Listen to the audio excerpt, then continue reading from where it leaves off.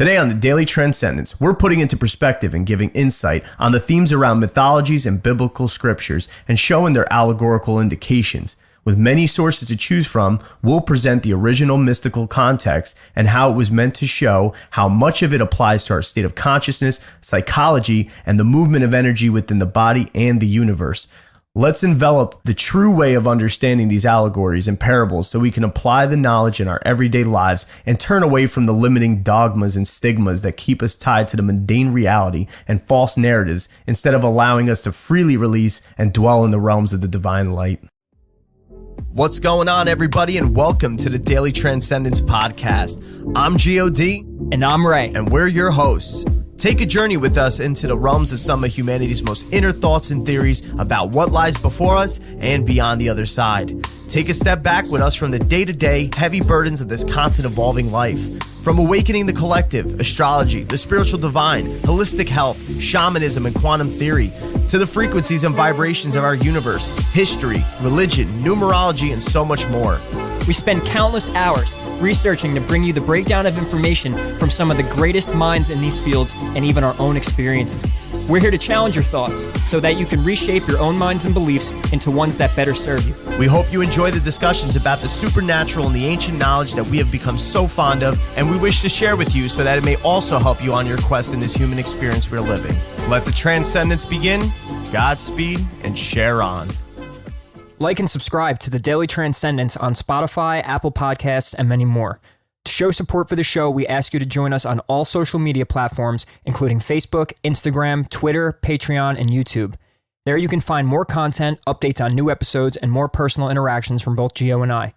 We want to hear from you all and connect, so message us or email us at thedailytranscendence@gmail.com. As always, we entirely appreciate your support in allowing us to bring you this transmission. And welcome back. What's to up? I'm sorry, I do that to you all the time. Do it again. I know you do. You know, I thought you were doing it on purpose. No, I always think you're gonna stop. That's why. Dude, it's funny. That's the past 3 times. I know. Or 2 times. Something like that. I think it's funny. Well, at least I fucking addressed it this time. You did. Yeah. But I thought you were just doing it to be a stickler. No, I fucking hated it. I was like, fuck, every time. I'm like, shit. It's all right. You know what it is? You're like ready. Mm-hmm. You're ready for episode 19. I am ready for episode 19. So since you're ready, tell us. Let's go. What is it that we will be discussing today? Well, because it's one of my favorite topics. I know. We're finally breaking that threshold of getting into these allegories and the mythologies, and not in the sense of where it's going to be like, oh, well, this story of this person and that thing. Like, they're not people. Let's just get one thing straight here, okay? They're not. And it's okay if you believe they are, but it's not okay in the same sense as well. Yes, dude. I've been waiting for you to say that for like 3 years.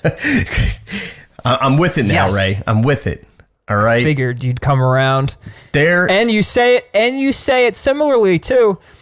It does. You could believe these people exist. Sure. It's okay. Sure. It's fine. It doesn't change my life. It may change yours. So you know what? Believe that they're people. But there's a deeper meaning behind all of these stories. Things that we can apply to the body and the mind and the new universe and life.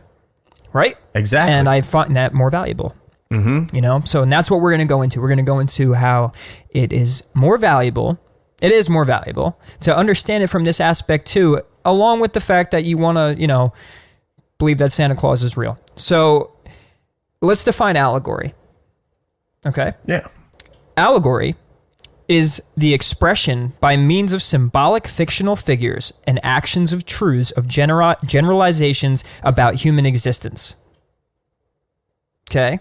So what I get from that is just like mythologies, which is an allegory, a form of it, is it tells you a story, and the story has this underlying lesson or something to learn from it. You watch it, even like movies are basically allegories where you're watching these things. They're fictional characters. They're stories to be told for the imagination to flourish into, and you'll have some sort of psychological or emotional integration from consuming the story. Right. And that's what religions are. Form of allegorical stories, so you can understand the deeper nature of things like life and you and me and the body and the creator and all that. Another aspect I did want to throw in, because I wrote down 2 definitions for this. Parable, which is slightly different. A parable, because the Bible, they say, is full of allegories and parables. This is important. Pay attention, people. Yeah. Open your ears. Anyway, so a usually short, fictitious story that illustrates a moral attitude or a religious principle. So that's going to be more of this like moral-based, short story to kind of get to the point. Like The Boy Who Cried Wolf, I feel like would be a parable, wouldn't it? Yeah. Right.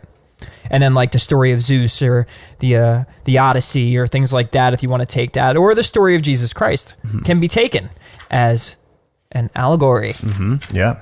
And if anybody knows the fig story that Jesus tells, that would be a parable, which all things we will get into. Maybe not everything on this episode, because there's a lot of these different scriptures and a lot of these different mythologies, all having these allegorical senses to them, that there's so much, and it covers all parts of psychology, all parts of energy movement, like we said, in the body or the universe, in the mind and everything. So this is where shit gets interesting. It does. I think this will break through a lot of barriers for people. It did for us. And I truly think that it's probably the leading cause to a lot of misinterpretations or disagreements. We have a war going on overseas, and that's over religion. Yeah. Let's be honest. That is over religion. It's over beliefs. It's why we talk about beliefs all the time. And remember the process of thought that we have, the integration of what we've learned and accumulated over time, or what we were taught with religions and politics and family and all that, makes who we are. And then that in turn makes us make the decisions, and it's the underlying cause, beliefs and all these things. We have wars. Sorry, go ahead.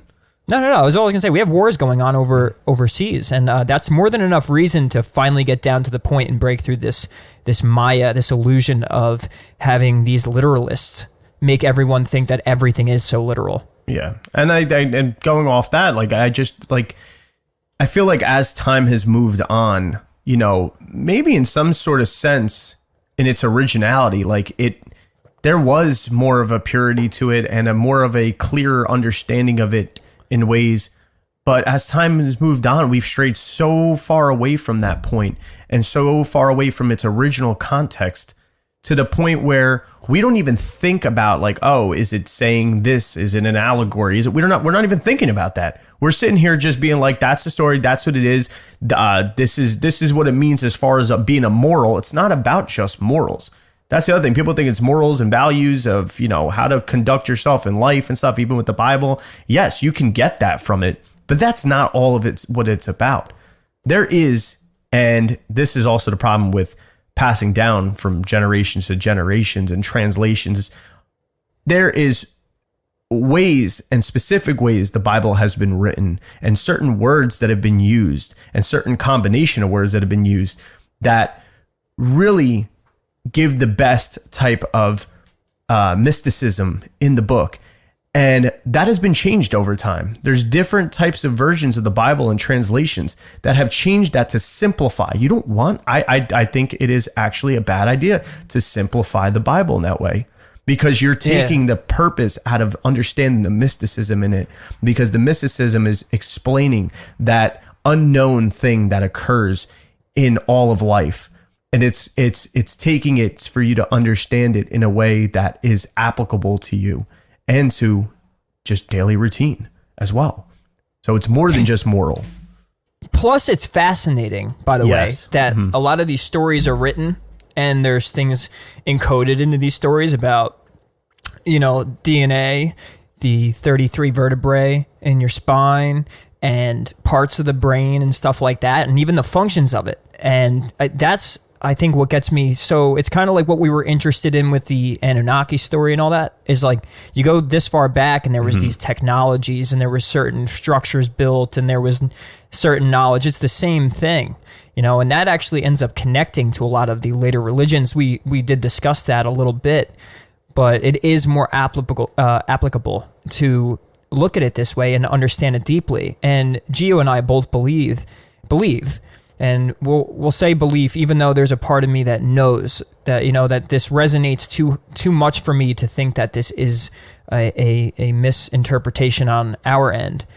We have really good teachers, and they spoke clearly on this, and we understand it, and now we want to relay it to you. Yes. So we'll start. So we now know what an allegory is and a parable. And one of the most misconstrued stories of all time, and because it's taken so literal, is the story of Jesus Christ. And we could start at what is Christ? And we could start at his name. Now, first of all, Jesus' name was not Jesus. It was Jeheshua or Yeshua. A lot of things were changed during the Roman Catholic times, because of anti-Semitic beliefs. So anything that was Jewish had to be changed because of the clergy at that point. So his name, we start at his name was changed. There's no Jesus in Iran, Iraq. That's a South American name. That's a Spanish name. There's nowhere, that's the wrong part of the earth. So the Greeks in the New Testament ended up turning Joshua, which Joshua comes from Jeheshua, to Jesus. So right then and there, like Gio was just saying, that the stories start to change. You have to kind of work your way backwards to see where it even all began and where things started to change. And at his name is where it began. And before that, there's plenty of things in between. But the last name of Jesus Christ, obviously, Christ is not a name. Christ actually is a title. And Christ translates to the anointed one. Or we could say the enlightened one. So Jesus, the anointed, or Jesus, the enlightened one. It also comes from Krishna, who is the India, it's their god. Krishna is also their word for Christ, or Christus, or Christos. And all that translates to is a divine manifestation of God. It's the manifestation of the God in us, the divine, energy and awareness that is what we call God. A symbolic word for whatever enters the human mind, basically, to maybe destroy the incarnate error, meaning us coming into the body and forgetting that we are that. So someone who's enlightened, someone who has dropped the ego, someone who has defeated the carnal mind is the Christ. So right then and there, teaches us. So, and we're gonna follow through with this because this is one of my favorite ones, because what we learn from Jesus Christ in the scriptures is that we all are God and we all are the Christ. Something to kind of go along with that. Now I'm gonna pull away for a second from the Bible. Like, there is also the same reference of this in mythology, and a lot of the mythology connects with the stories of the Bible as well. And why is that? What does that mean? Does that mean that the Bible is mythology and there's no real history there too? Well, there kind of isn't for a lot of it. And there's many historians and archaeologists who have went and looked for some of these places, people, things and stuff like that there's no existence of it. And people could say it got washed away in the flood or this and that and stuff. Like, well, what about, Jesus' time was not that long ago. Yes, I know we have the shrine of Jesus that he was wrapped in after he was crucified and everything and stuff. But shouldn't there still be some sort of question towards those things? But now the mythologies of it, how they match up, if they're being said from all over these long different periods of time and similarities and different cultures and everything, what is it trying to say to us? Shouldn't that be enough awareness to be like, hey, there's something deeper than just a moral of the story? Like, there's got to be some direct correlation with something that's going to be everlasting, that's always going to be prominent in every human's life, that's going to take place, whether it's within them or without them, whether it's above them or below them, whatever it may be. So that's something to keep note on, and there's something I will go into that in a little bit. Yeah, and let me add this in there, that when you're challenged, like, to use your logic, meaning if you've, like, when I was a kid and I heard these stories of religions and everything, you know, from Santa Claus to mythologies to religions, the story of Jesus, if your logic immediately gets a, like, red flag, or it starts to, like, we were taught to not do that, you know, like with the authoritarian schools and the classes, like I had to go to CCD, and it's like you didn't really have the ability to question it. So it's like right from being little kids, we're told, like, no, just listen, like, we're going to tell you what it is, and you are going to take in what we're teaching you, or you fail. So if it's going against your logic, if you're getting red flags and saying, wait a minute, that doesn't make any sense, snakes don't talk. Usually what that means, and the more bizarre the story is and the mythology, is actually the deeper and more beautiful meaning that it has. You just have to see beyond it. And it's those who seek shall find the truth. And it's those people that just don't sit back and say, okay, they told me this, that's what this means. It's for those who seek will find the truth. And it's beyond those things. But the knowledge and the power and everything that is going to enlighten you and empower you is within these stories. And that's the whole point of breaking down allegories. It's they hid this stuff in these stories because it was for those who decided to see beyond. Yeah. And that's the thing. It's like, why would they, next thing I kind of want to, like, touch up on is, like, why would they reference the stars so much, you know? And if anybody tries to say that they don't reference the stars in the Bible or anything, go look at all cultures and everything, and even mythologies. Everything is referenced to the sky and the planet. Just type in, right? Just type in stars and planets in scripture or in Bible. And you see how the mythologies link up too with the stars and the planets and the constellations and everything. And just one of those examples that I want to go into is the constellation of Pegasus. So Pegasus was one of those mythologies written by the Greeks, and we know Pegasus to be what? The white-winged horse that also would come out of the sea. And Pegasus' father was Poseidon. So he was also, you know, we know Poseidon's the god of the sea. And if Pegasus comes out of the sea, we can see we can see that Pegasus also represents the seahorse, if anything. So a lot of seas. Yeah, a lot of seas. A lot of Muse. So we can see that there's some sort of connection with something in the sky here, and within the mythologies and the wordage of it and the etymology of how it's being played out. So what does that mean for, how does that reference, you know, we could say all of the, yes, more cosmic things that happen, and we'll get into that, but how does this have to do anything with us and our bodies, these stories? Well, this has a correlation with the human brain, actually. So we know from Stedman's medical dictionary, and just in general, that the hippocampus is a part of the brain that's in the center of the brain as well, more towards the base, I think, which is a big part of memory.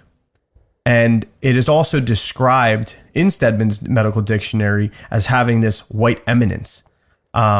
So right there, we said, what's Pegasus? Pegasus is the white horse. Got that white eminence reference there as well. Constellation, and I think it's the horse that's in the story with Apollo. Yes. Right? And well, what do we know? When you go into what hippocampus is and what the meaning of hippocampus is, actually literally a horse. So... white horse. Yeah, it actually hippocampus, when you translate it down, it actually can even mean seahorse. So we see how if Pegasus is coming from the sea, and the father of Pegasus is Poseidon, which is the god of the sea, we can see how it's the seahorse as well. And hippocampus does translate also into that. So how do we take this even further? Well, the Bible constantly talks about the sign of a second coming, and or a new form of consciousness is going to come, and it's portrayed by Jesus returning on a white horse. So what does that say? Like all of a sudden Jesus is going to come out of the constellation of Pegasus? Not necessarily.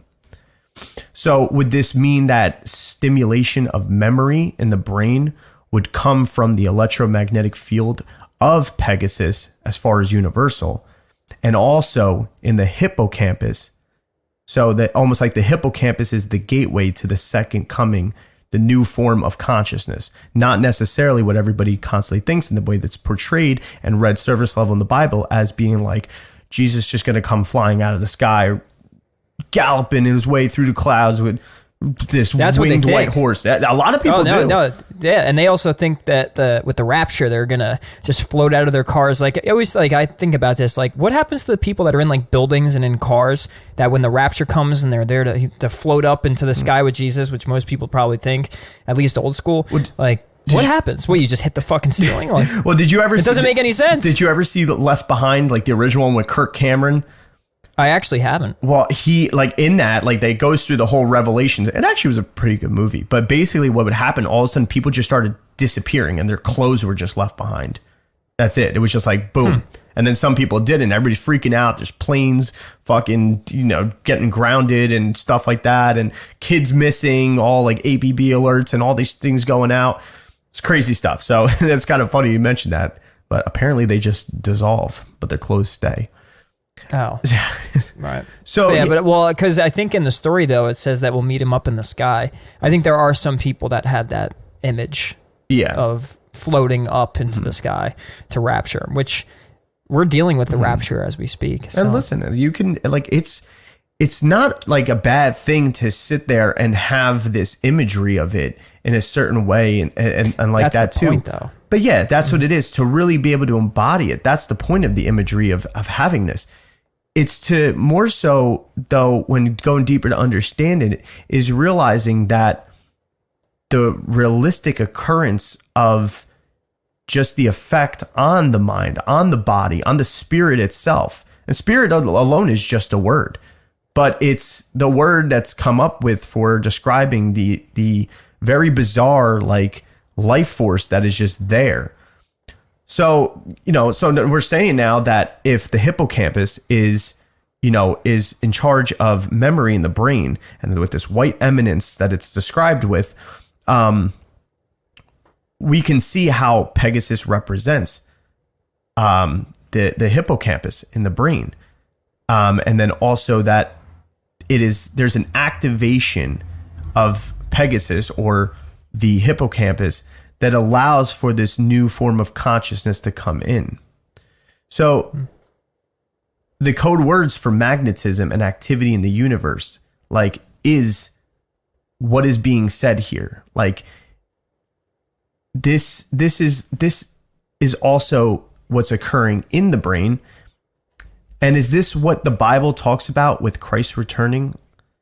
So that's like what you said about Christ, the anointed one. This Christ consciousness memory, is it being restored in this way? So, and it's also creating this reactivation of memory.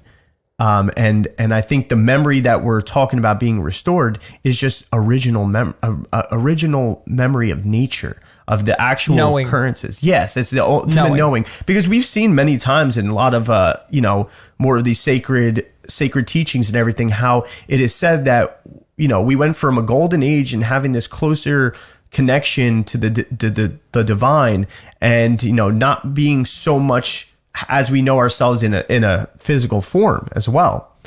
So to take that in one more step further, we also have that Pegasus. In the mythology, we know that Pegasus had flown, and his hoof kicked something on Mount Helicon and activated a fountain or a stream called Hippocrene, which when you translate Hippocrene, it ends up coming to horse's fountain. And it was said that whoever drank from the stream was blessed with the ability to write and bring poetic inspiration. So that connects a lot too with the memory and with being able to remember this language and this way of having this inspiring moment and this new coming of thought, that's not necessarily so new, but its original form. Yeah, and I'm really starting to put things together in my own mind, and these are my own observations. But what I'm really starting to get at is, so a lot of the names of the brain and the body are connected with things in the sky, as we're saying. So he's using the example and the fact that they told a story about Pegasus, and then there's a part of your brain called the hippocampus, and it translates to white horse, and it also has a lot to do with because of drinking from the horse's fountain. That entails a lot that connects to the Christ or chrism, because I'm going to go into when we get back into the whole Christ thing and what the allegory is behind that. He's giving a great example of how the Greeks had told a story, and it's a great story, and you could read it for pleasure and leisure and learn stuff from it, maybe even some morals and values. But when it comes down to it, it's also representing this scientific thing that's going on in the human body, like many of these stories. And what's ironic is when I was talking before about the Christ, also called the chrism, is the name for the liquid that comes out of the claustrum in the brain. And this is supposed to be some liquid. It's a CSF. It's a cerebral spinal fluid that gets released once a month throughout the body and actually circulates and heals the body.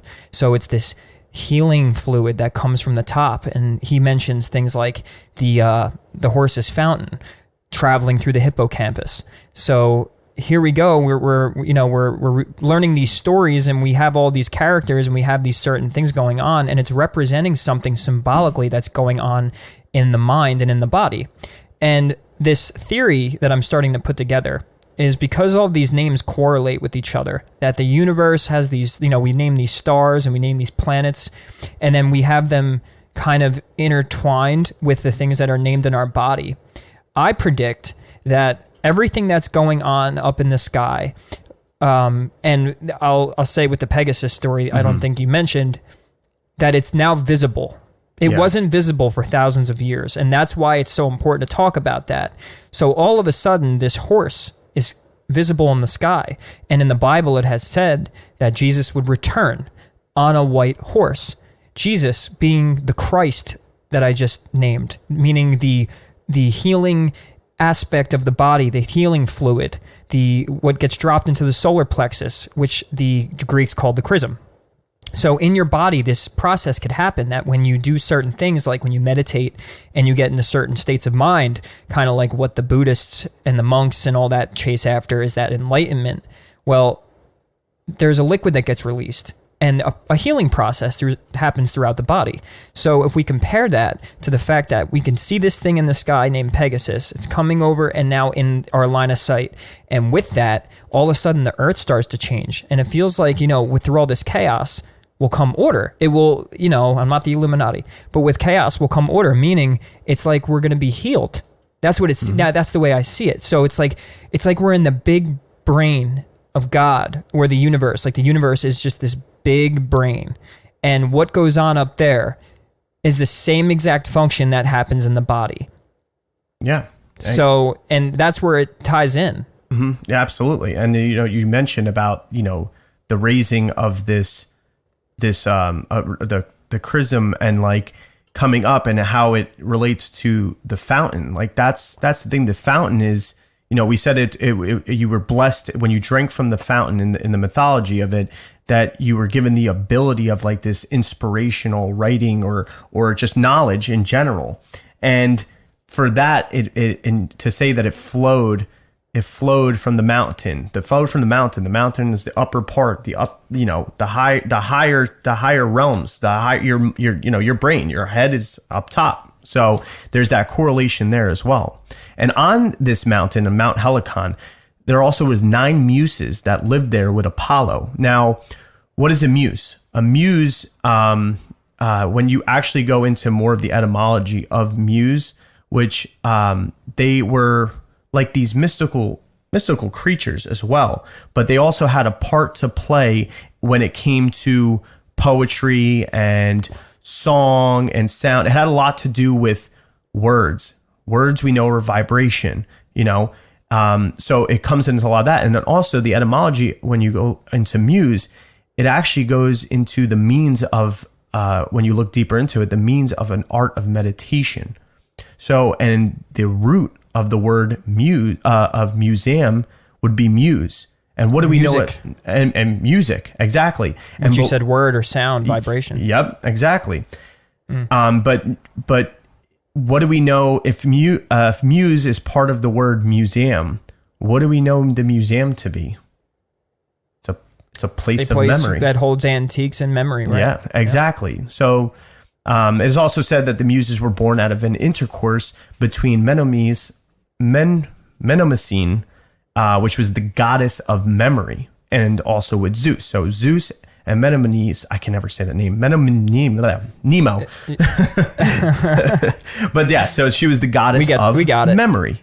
So the connection here is with that river flow and Pegasus and its hoof, and the flying is the basis of meditation and coming to this awareness. And yes, it can be energetic, where it comes from the cosmos as well, where there's a better flow of activation for it, but you got to come into that sense in your own body. So it's the basis of meditation, and it's to bring the energy up the spine, like you were saying, and through the body centers or the chakras and the kundalini in a spiral fashion and into the right hemisphere of the brain, which we know that, we said it before, the right hemisphere of the brain is the side of the brain where it is more of your, how would you say it? The spiritual side, imaginative side. It's the part of the brain that also controls instincts. Yeah. It's the kind of creative like, side, yeah. The creative side. I've heard also that it's the God side, Yeah, and then the Bible even mentions, it says it in the winding stairs, and there's the winding stairs, and you're entering the room on the right-hand side, or the upper chambers, and the winding stairs can represent the double helix. Double helix, we know, is your DNA as well, and it's this. And there's a lot of the mathematics and the form of the double helix that we see throughout all nature as well. So there is that connection there. There also was a New York Times article, I think, by Alfred Laurie, and what was said in it was, hormones, after traveling through nerves in the spinal cord, the signal reaches the pineal gland. In the absence of light signals, the gland begins producing melatonin. The double helix rising in a serpentine motion would be also looked at as the serpent. We see the serpent in the garden. So the reason to say that would the reason to say that would be is to say the whole analogy of Pegasus hitting the mountain and activating the mountain with the Muses, which was the flow of this new form consciousness, bringing it up into the white seahorse, being that it's all about the memory. There's a way to tap back into that and bring that back. And there's also indications in the universe of that being, times of more of a heightened magnetism, and that we are affected by that. Yeah, and the more and more I sit and I listen to these all the time. So what this really is the language of the right brain. The right brain learns in symbols, and it learns in sounds and patterns. Well, I think actually left brain sounds, but more so right brain's picking up on a whole different type of language. Like the left brain is that rational A to Z explanation, regurgitating stuff. Like you read out of a book and you use your left brain to comprehend. But what happens is if you're using your whole brain, and we do it without realizing, but when we're reading something like this or having a story, what we do is process the images. We pass it through the right brain, our imagination, our creative side. And when we do that, we realize that a lot of this stuff is meant for the right brain. That's why it was said in the Bible that this was written for the spirit. And the spirit is technically the energetic or emotional side of things. How did things make you feel? What do you imagine about these things? And to correlate it with the whole, you had mentioned melatonin and serotonin, that's the land of milk and honey. Because in the center of your brain is what is called the claustrum, right? Well, when a mother breastfeeds her baby, the milk is called the claustrum. And it is the oil of life that follows throughout the body. The oil will pass through the body into the solar plexus and then be dispersed throughout the body. So I had mentioned before that in Greek it's called the chrism as well. So the claustrum also called the chrism, which means Christ. It is he who comes from the Father's house, which is the brain. Anytime we hear the Father, think of the brain. So just like sitting at the right hand of the Father, right? Brain, right? Well, so what happens is he comes down from the Father's house down into the solar plexus, which is the manger, where incarnation takes place. If you learn about the chakras, incarnation takes place in the solar plexus. Then the crucifixion will take place, and that's of the five senses. That's where it passes through, and then it sends the Christ back up to the Father's house, back up to the pineal gland. Now, all of this stuff obviously has to do with the workings of the body, and if you see it this way, think about when Christ was crucified. It says that he had to sacrifice the five senses, right? Well, how many nails were in Jesus when he was nailed up on the cross? Yeah. 5. It was 5. You have left and right hand, both feet. There's 3 and 4, and then, there was 1 in the feet, and then 2 in the sides. You could look it up. It's the 5 nails of the crucifixion.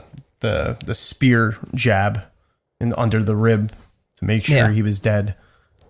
Right. So to sum that up is, so the Christ came down from the Father's house. So that'd be like Jesus incarnating into a human body, right?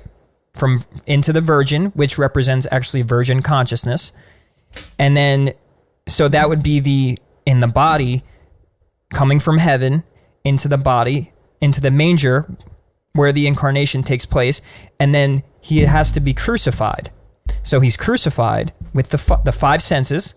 And then, so that's meditation. You're crucifying, you're sacrificing your 5 senses. You're crucifying yourself. And then what that is, just like in Jesus, is you get sent back up to the Father through the sacrifice, through the crucifixion. And from the claustrum, when it goes back up, would flow into the pituitary gland, and it would become a milky white substance. And this is the feminine principle, which would be for breastfeeding. And then the liquid would pass through the pineal gland, which would become a yellowish substance. And the ancients would say, and I will bring you out of the lower regions of the flesh up to the land flowing with milk and honey. See, and we're so scientifically advanced nowadays that we should be able to, if anything, we should be able to better understand these writings and these teachings, because we actually know and can see so much further. The same way we can see further into the cosmos, we could even see further on a cellular level and know these occurrences that happen in the body, and also the functions of it and what it does for us. So if it's saying this, there's no reason to not, absorb it in a way to be able to be like, okay, well, I can embody that occurrence and be able to sit in that meditation and go into that realm and that of the spirit world, and be able to start adjusting my life and adjusting my body and adjusting my words and adjusting my actions and my beliefs in a way that are going to align with this, so you can have this occurrence that happens, and to have the things that are being said that comes from this, Yeah, well, see, that was applicable. Like, what we're showing you basically is the story of Jesus it's multifaceted, it's multidimensional. Like, it also represents another thing that goes on in the sky. So we had represented before with the Pegasus story what happens in the hippocampus, which has a lot to do with this similar process here. It's involved in the process because it's part of the brain that involves the claustrum, right? But the claustrum actually was a gift of life, and I'm about to integrate another story along with this Jesus aspect and this crucifixion of the mind, of the body, for you to crucify yourself. Since the claustrum was the gift of life, and it came from the highest place down into our physical realm, or into our physical body, they said that this was the holy claustrum because it brought the gift of life. It became Saint Claustrum. Then they cut it down to the Holy Claus, or Holy Claus, which became Saint Claus, and then ends up evolving into Santa Claus. So now here we have another allegorical story that we use every year on December 25th, not only being the birth of Jesus and the birth of the sun in the sky, and the sun's enlightenment, the sun's crucifixion, so like the sun in the sky having the same process as we do have in the body, but this evolves into the story of Santa Claus, because Santa Claus comes from the north, the top, down from the north into to bring gifts, to bring the healing gifts, the rewards, the things that bring happiness up from the top to the bottom into the body. And we just happen to dress it up with a story, just like we did with all these others. Santa Claus bringing the gifts down from the North Pole, and then we give him a beard and we give him a red suit, and he has Nintendo games on the back and whatever, and that ends up being this thing now that becomes a tradition. And when you repeat something for a long time, it ends up becoming the truth. And we've evolved now in taking these amazing symbolic stories and allegories and making them something that we worship and idolize, and that we have a tradition for, which blocks us from the truth. Yeah. And then it creates this sense of belief that, like, if you say some of this stuff to religious people, they get very visceral about it, and they're triggered. And it's like, all of a sudden it's like, no, like, it's not but why? Why no? Why no? Like, there's literally wars and killing that has been done over these beliefs and these stories, when in actuality, these are all actual occurrences. These are all things that we can back up, that actually occur, that actually happen, that we know have all these beneficial things to it. Also something on, the hippocampus in the medical dictionary, in the middle of the hippocampus is the organ called the Amon's horn. Amon's horn. It can also mean the amen. And God forbid you say that to somebody about amen, they're going to be like, oh, like what? No, and stuff. And they're like, amen means, they think that means, what did they say that they think it means? Like religious people, like it shall be done. Yeah. Like something something in that way. Something along the lines of, or like that it is already being done through God or something. Yes. Along the lines, there is a religious connotation to it. Yep. But in actuality, when you look back at it, and there's many things that show this to be true, it actually comes from Amun-Ra, the Egyptian sun god. And something about that. So about the we know it. The Amon's horn is in the middle of the hippocampus, where we said the hippocampus itself is activated, and the memory is activated, and we allowed the river to flow through up the stairs and go to that higher place and allow this activation to happen. And it brings us to having the second coming of Christ. Well, if Amon's horn is the amen, in Revelations 3:14, Jesus is speaking and says, "And unto the angel of the church of the Laodiceans write, these things saith the amen." So these things were said by the amen, not saying that they weren't saying amen. It was said by the amen. And it continues to say, the faithful and the true witness, the beginning of the creation of God. So if it's being said that Jesus said this, and Jesus is the amen, that means Jesus is the center of the hippocampus, like the Amon's horn. So there's that direct correlation. And then also along with that, and a little bit before that, is Revelations 3:12. It says that him that overcometh will I make a pillar in the temple of my God, and he shall go no more out. And I will write upon him the name of my God, and the name of the city of my God, which is New Jerusalem, which cometh down out of heaven from my God, and I will write upon him my new name. So it is also backing up, giving that name to Christ. And also with the New Jerusalem. The New Jerusalem is the new mind. It's the new restored mind that's coming back, because we have raised the Kundalini, we have raised that energy and the chrism up through, and we have purified it, and we have allowed it in, and we've reached those upper chambers of the right room, and then we're sitting there, and it's activating these hormones and that white, same thing with the pineal gland and the melatonin and the serotonin, to the point that it allows us to activate that part of our mind and to activate the God within us, and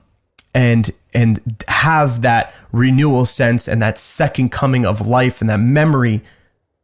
And it all relates back to even that whole sense of Jesus and Pegasus. It's all Right. in direct correlation. Yeah. So, and if they took your brain, right? If they took your brain out of your head and they placed it on a table, and then they took a little knife and they cut the brain open, and I think I've used this before.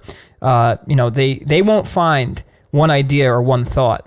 They're not going to find your anger, your depression, your temper, anything like that, but they're still there, right? So they won't find the Father either. They won't find that part of the brain. They won't find God in the brain. That's you. This is a process. This is something you unlock. And a lot of the point of these scriptures is teaching you that this is the process. This is, if you see through the literal lies and you understand what this process really is, like you're learning science here, because you're learning a function of the body. We're not just having you guess and hope that there's this story that's hopefully going to come true and you'll find out after you die. Like, this completely relates to the body, and we prove it to you through language. Like, language is so important. And this is what Jesus Christ, Christ, Krishna, and Buddha tried to convey. They tried to tell you that there is something within you, and the only man of letter, basically. So if you're only a man of the letter, if you're only a man of reading, it's in you, but you're not going to find it, because you could talk about it all day. You can discuss it all day and nothing's going to happen, but you have to learn the process. It's like going to a restaurant and reading the menu and never ordering anything. It's just reading the menu. And that's what a lot of these churches do to people. It's a lot of what a lot of these religious people do, is they're reading the menu constantly, and they never actually eat the food. And that's how they keep you in the dark. It's a real, like, vicious thing to do, because you're guiding people along, getting them to believe this literal story. And if you learn language and if you learn the roots of things, you start seeing beyond it and understanding that we're more connected to this book and many scriptures more than we think. It really is the story written on the, what is it, on the back, right? Sealed with 7 seals. Yeah. And we have 7 chakras. It's about you. You're the book of life. That's what it was. Yeah. And this is why, like, when going into this, like, we've heavily stressed on our indoctrinated beliefs as well, that it's important to be able to release those, because in order to make these occurrences happen, even within the body and everything, it takes the actual energetic effort within your own thinking, within how you speak, within what you don't do, what you do and don't identify with, to be able to have that release of the old in order to get the new. And, something that also speaks on that is, there's also another mythological story that actually kind of embraces this concept. And it's a story of a beautiful man who loved himself, but he only loved himself, and he was very egotistical. And this, was very, we all know this as being a very psychological thing. And he was very full of himself. And there was only one little nymph that loved him, which was, her name was Echo. Because he was so obsessed with himself, he was told, that you're too much with the physical, and, it's too much, like, you have to go. And they sent him to Mount Helicon, which back we see with Pegasus, right? And he spent days and days there staring at himself in the reflection of the pond water, which this water was also that whole Hippocrene, that fountain that was created, that stream created by Pegasus. So he sat there so long, staring at himself in the reflection for so long and allowing things to occur, that he wasted away and died. And when the searchers went out to look for him, they found a flower had grown where he had been, and they named the flower Narcissus. So, and we all know narcissism is a psychological problem where the person's obsessed with themselves and the flesh. The Bible says to look within and the single eye and not the flesh. This is all part of that.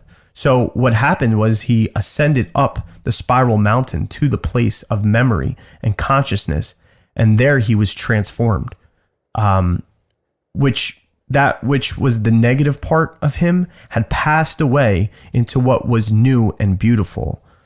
And also with that, Echo loved him so much and was sad that he had passed away, that she also passed away and became a voice in the woods. Echo, echo, echo. But yeah, so that's where it comes into the whole thing of Pegasus, or the hippocampus, allows the water to flow, to move from the old self into the new. So you have to release these old ways of thinking and feeling and believing in order to even get to this point, in order to be able to allow these things to happen within the body. Yeah, and it's breaking tradition. Mm-hmm. I mean, that's really what it comes down to. And I've been preaching a lot lately about, I'm starting to get really sick of people being so attached to their beliefs. Now, I respect the fact that they have beliefs. And of course, there's things I lean towards, but I won't say I believe anything, because when I'm in a constant state of speculation and I'm nothing, like I'm in a constant state of nothing, like I don't define anything. I don't get lost in my definitions. I tend to constantly improve them and hear things out. And then when I do that, I make adjustments consistently. And I don't think a lot of the world really does that. Like from what I watch, like I go by from what I watch with people. And it seems like they're not too flexible with the fact that, they're willing to let go of something they've believed for over a long period of time. Maybe because I don't know, it's an ego thing. It's a pride thing. They don't want to admit that they were, fooled or anything like that. Or maybe they truly have emotionally invested in it and they've said it, whatever. But I think this was a virus they put in us. I think a real virus was one they put in our minds that was more like psychological. Mm-hmm. And it taught us to be attached to our beliefs and to stop learning and to just listen and regurgitate, but not listen in a way where you can imagine and reflect and try and define things your own. It was like they taught us to just, hey, here it is, straight up. It actually activates no thought. It just has you just remember things. And remembering isn't intelligence. Regurgitation isn't intelligence. Mm-hmm. But the Bible and all these scriptures are so intelligent that if you learn how to read them, you become more intelligent as you go. You start unlocking a part of the mind that has lied dormant for a long time. It really is. And I think what a lot of artists and stuff, and I've mentioned this before, that they have that kind of unlocked already, because any form of art is going to be a right brain thing. It's going to be an imaginative thing. So obviously there's people that do this, but to understand that your scriptures and these stories unlock that part of the brain, and you start becoming holistic, where you're learning through the right brain of symbolism and putting it together with the left, and you're using your holistic side. You're not too right, you're not too left. You're sitting right in the middle, and you're thinking holistically. And that's what something like the Bible will do, And you said the kingdom of God or heaven is within you, and it is. But when he does say the word is made flesh, well, you're the word, you're the vibration, you're the word made flesh. We are the word made flesh. But the kingdom of God is within us. Mm-hmm. And I think it's made really clear at this point that it is within, and meditation and things like that, dropping our definitions, are the first step. It's the key to unlock the door. And Jesus says himself, I can of my own self do nothing. Mm-hmm. That's John 5:30. Yep. Jesus said, I can of my own self do nothing. So Jesus says over and over that the Father within him does all the work. And that's him telling you that you do the same thing. You allow the same thing. Yeah. You have to open that up. You have to go into that and activate it. And there's many ways. And that's why a lot of it's based around, the whole meditation process is part of it. And we've said before, meditation is not just sitting there cross-legged, and all that, but it does take a certain disconnection from the physical, and like Ray said, dropping the five senses and dropping identity to be able to go into this and really feel out this mystical language, and to feel it and imagine it and believe it occurring within the body and recurring even out within the universe, because this is a natural law. You're tapping back into the natural way of life and being. And getting away from the carnal mind that just overwhelms us to the point that it suppresses all of this natural spiritual connection, you know? And it may sound like a little bit of like, oh, well, you know, it's real airy fairy, but it's not.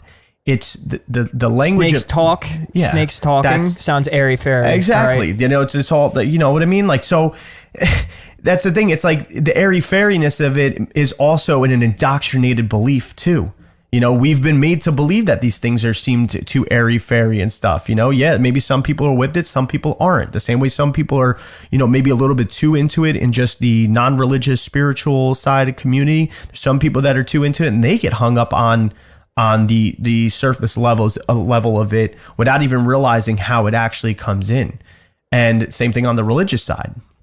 But, you know, that's what it is. And, you know, you're saying, you know, the kingdom of heaven being within you. And we're talking about the higher consciousness, the higher realms, the upper chambers, the mind, you know, how, you know, that's really like this place of heaven. And we said Pegasus being the hippocampus and, you know, the being a part of the middle part of the brain as well, where this memory occurs. And we have this memory of heaven within us, but it needs activation.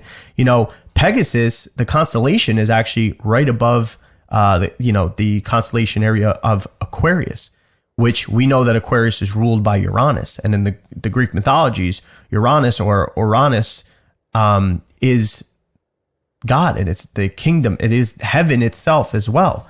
So there's just another connection of heaven being there, even with the hippocampus and something within the body, that there is an activation point where it's already there. It just needs to be played upon, you know? And we could fool ourselves because, and this is where the intelligence factor comes in. It's like by knowing and using both sides of the brain. And when you read these stories, it's like, well, I think with describing what you just described, people will think heaven.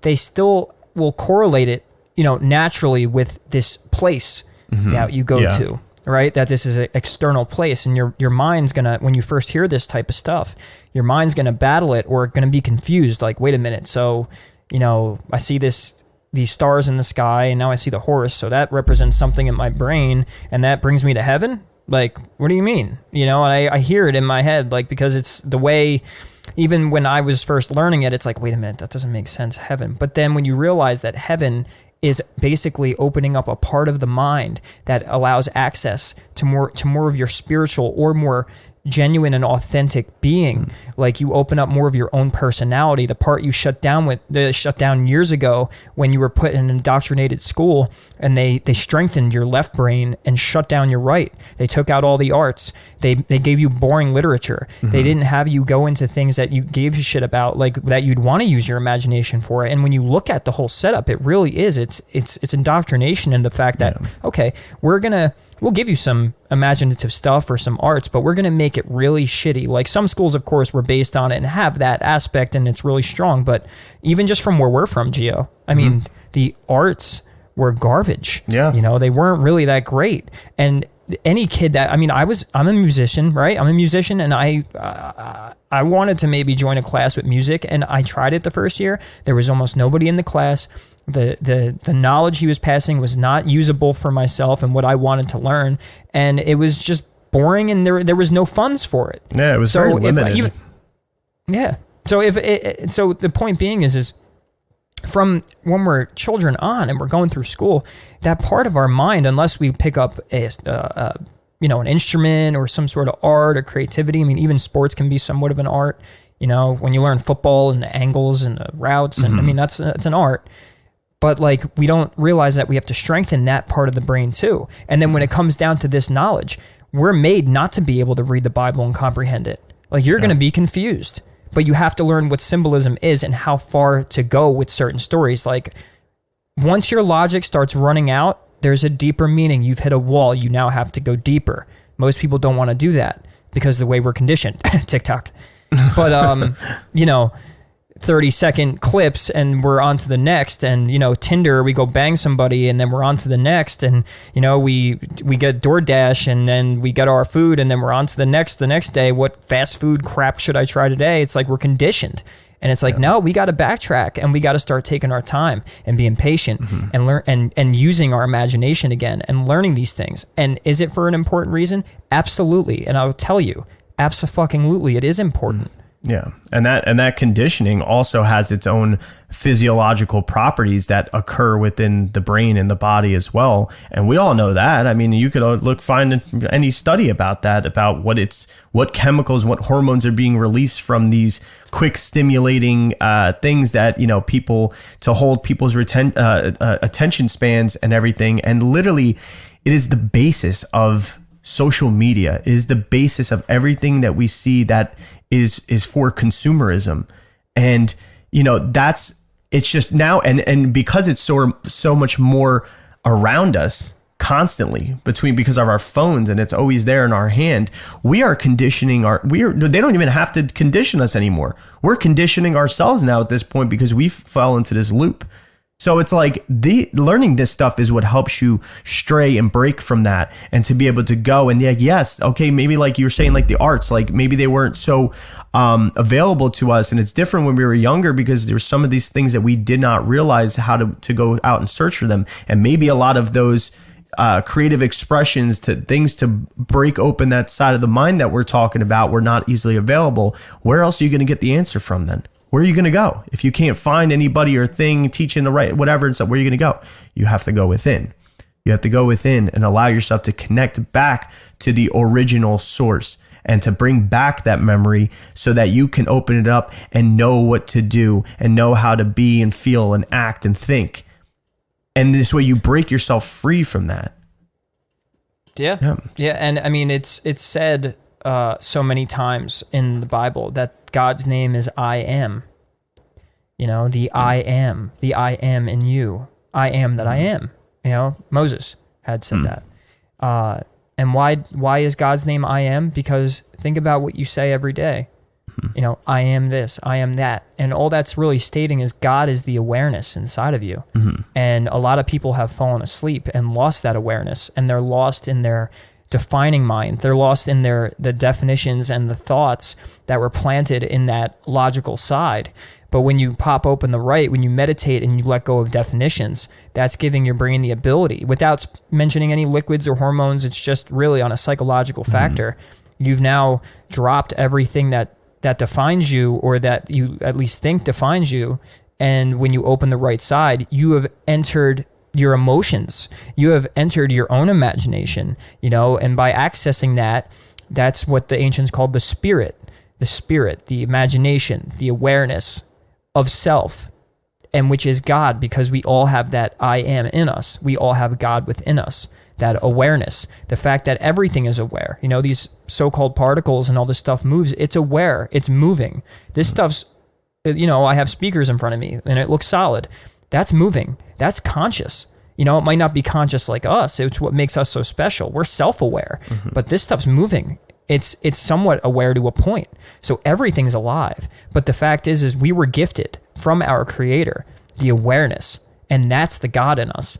And then when we meditate and we drop the definitions and the things that people told us, it's so important to understand that it's not some airy-fairy, overly religious thing to say God is in the right side of the mind. All it's saying is the awareness, the self-awareness is in the right side of the mind, because you finally have dropped all the crap that was given to you. And then when you do that, yourself, right? The God in you, the I am, starts communicating to you. You start talking to yourself when you meditate. Like, you get in touch with your emotions and your imagination, and then you actually start becoming who you are. And then when you start becoming who you are, now you're raising your vibration, because when you feel like who you are is actually, when you're actually embodying your own self, you feel better. And then when you feel better, your emotions are better. And then when your emotions are better, your so-called law of attraction and all that shit starts to work better. Yeah. And then so God is answering your prayers. Yeah, and you're calling all this in. Right. I get so hyped. Yeah. But that's the thing, though. It's like my voice is getting higher. But it's the thing, though. It's like, why? It's like, okay, well, then why are we even in a physical form then? Well, if you open up your mind, because I'm trying to fuck. No, because if you open up your mind a little bit more, then you are able to even think on this sense.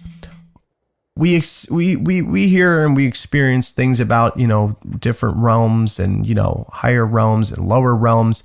Well, what if this is a realm of its own, the physical world, right? And it's almost like a spiritual meeting ground for all the other types of realms around. And it's like they're all converging. And it's like, there's a possibility. Well, if that's the case, and like this is for experience of the physical form, which is a part of our creator, a part of that higher intellectual source, like, then yes, it is meant to be experienced. But there is also probably an abundance. I'm not going to say probably, there is an abundance to be experienced in this realm. And it takes also being able to see outside of this realm to be able to understand what it is that is going to be fulfillment in this realm. And not this is just the sense of having to escape this realm. I don't think it's about escapism at all. I think it's also about the fact that we use what we know from outside of it as well to better know how to be within it, and to better be able to be in harmony with it, and to have that harmonious nature, that of which we know to be heaven. And that's what it said, we were saying about the whole thing with heaven, like what is the context of heaven? Not just forget about the place and, trying to think of it in that way, but like, what do we say occurs there? Yeah. Mm-hmm. It's bliss. It's peace. It's healing. It's just that overall feeling, what that is, it's like, that's what we're trying to bring into our awareness and what we're trying to make occur in the body. And, activating the kingdom of heaven within us, it's to be able to experience that and hear in the physical form. And then also to be in touch with it for wherever our energy goes and our soul, spirit goes afterwards. Yeah. Well, and you mentioned, why we would, why would we need this physical body? I assume that we come into this as a spirit, and with these bodies and these vessels, we're able to feel. These are more gross. These are more dense. So you're going to be able to feel things.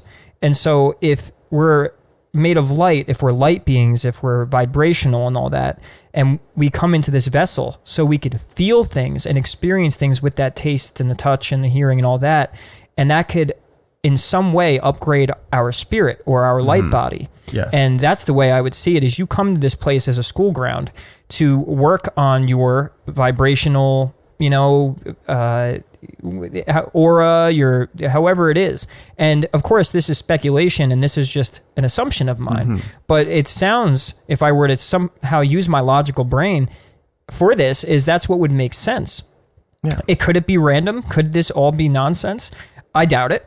I think that it's closer to what most religions at least imply, because some of them try to sell me the story that I just have to be a good boy and follow their instructions, and then I'll find out when I die where I'm going. And that's mass deception, because God is within. The kingdom of heaven is within you. And Jesus also said that whatever you could do, I could do, or whatever I could do, you could do better. He came here to praise you. So in the story, he's telling you, man, I might be able to do all this stuff, but you could do it better than me. And you just have to figure it out. And they gave us the instructions. So we're in this physical body. We have the instructions, and in these writings that were for the spirit, as he says, not for the logical mind. Don't let Cain kill Abel. Don't let the logical side kill the spiritual side. Unlock that part of yourself, and you will experience what it is you're calling heaven, which is, by the way, where also God resides in. So. Yeah. And I, like you're saying too, like this whole, being in the physical, to learn with the instructions that we're given to upgrade our spiritual being, our soul, whatever you want to call it, it also can be in the sense that like that upgrade allows us to be able to further, because we're all fragments of the higher source, God, creator, and everything, that ultimate intelligence that is, it could be that this upgrade and this just figuring this out is to gain back that connection. Like as if, like I said before, a long time ago in an episode, where it's like God is the cookie, and you smash the cookie and there's all little crumbs and bits and pieces. It's all still part of the cookie, but it's not in the same form. It's to, even if you want to talk about, we said, hey, how it's meant to be here, but also in the other realms, it's to get to that point as well, to have that immediate connection and fusion back to ultimate source. And also, when looking at it in that light, it gives a lot more meaning to life. It gives a lot more peacefulness and fulfillment to this life, and also a better appreciation for it as well. And it allows for more of a harmonious nature to come in with yourself, which you give off that vibration, you give off that energy to all of life around you, whether it's the trees, the plants, or whatever, and other people and animals and stuff. You're also giving that back and creating and aiding in that harmonious nature and doing God's work here in this realm. And there's your purpose. Yeah, there's right. By tapping into his vibration, meaning tapping into the vibration of heaven, which all of us have a different one.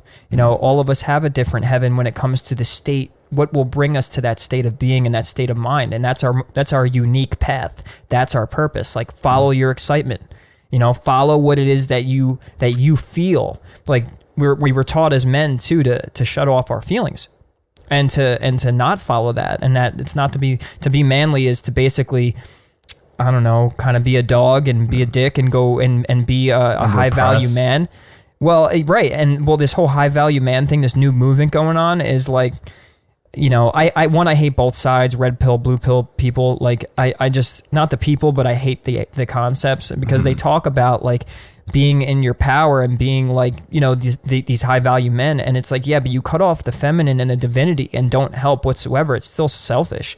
Like, we have to learn to come into ourselves as high value men or high value people by becoming authentic. And by allowing our emotions to be present and allowing ourselves to feel them, because then when we do that and we process the things that are in the way of getting to heaven, we'll truly get to that point. When you've reached your most authentic and genuine space of consciousness, that is a point you reach that you're so in tune with yourself that your happiness is found, and happiness is a concept, but more so your bliss, your heaven's found once you have found yourself. And all that really means is be honest with yourself.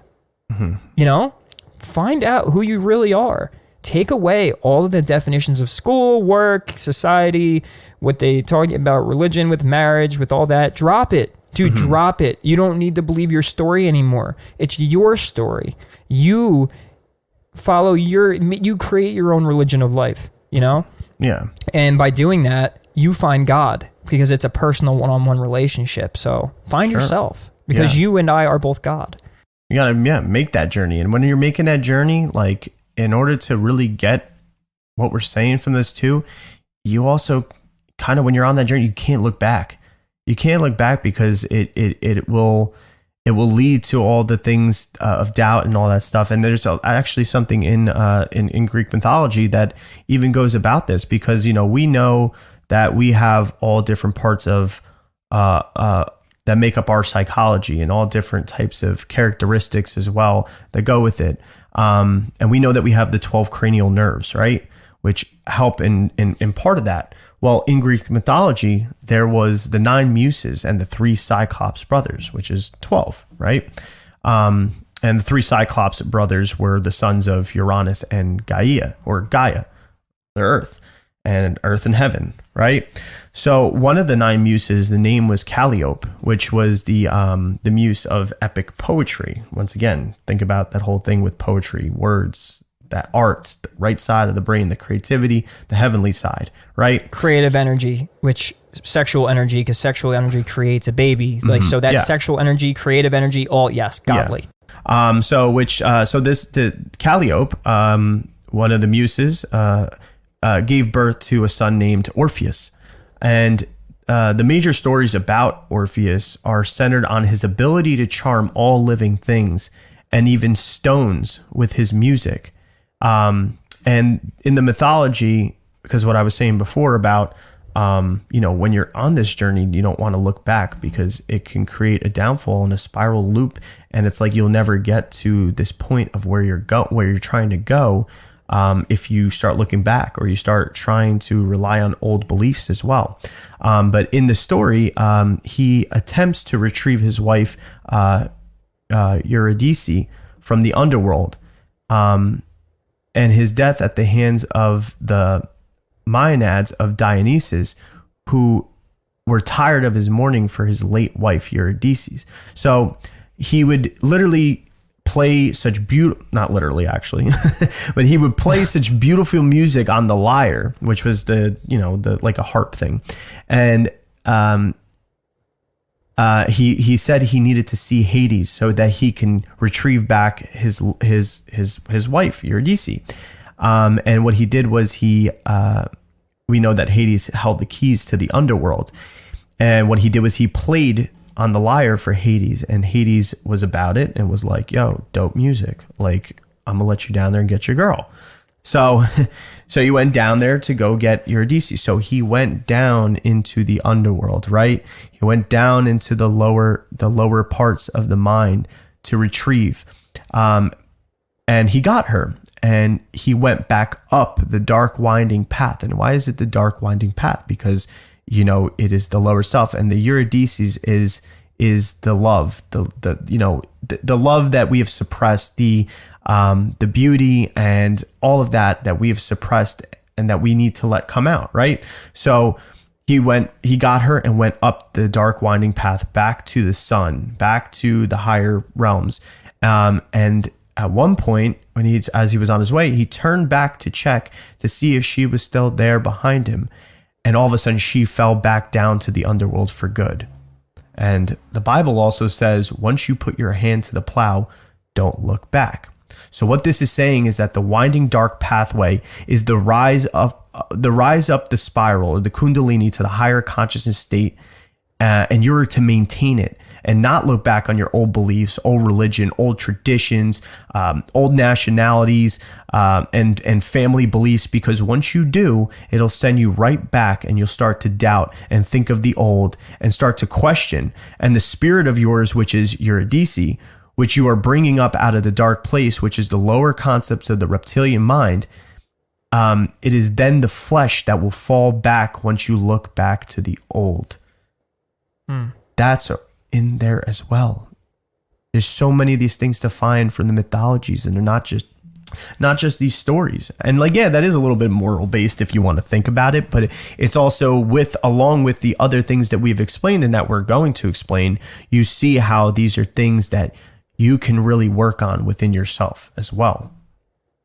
Yeah, and it's funny, the church will convince you of sin. That's a big thing with me, and I can't stand that. Like the original sin, and the whole concept of why a man would send his own begotten son down to kill him.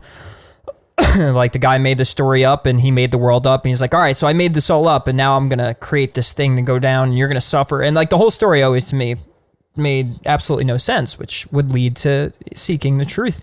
And the church tries to convince us of that. Like they convince us of sin and that we'll be punished and be sent to hell, and also to forgive your enemy.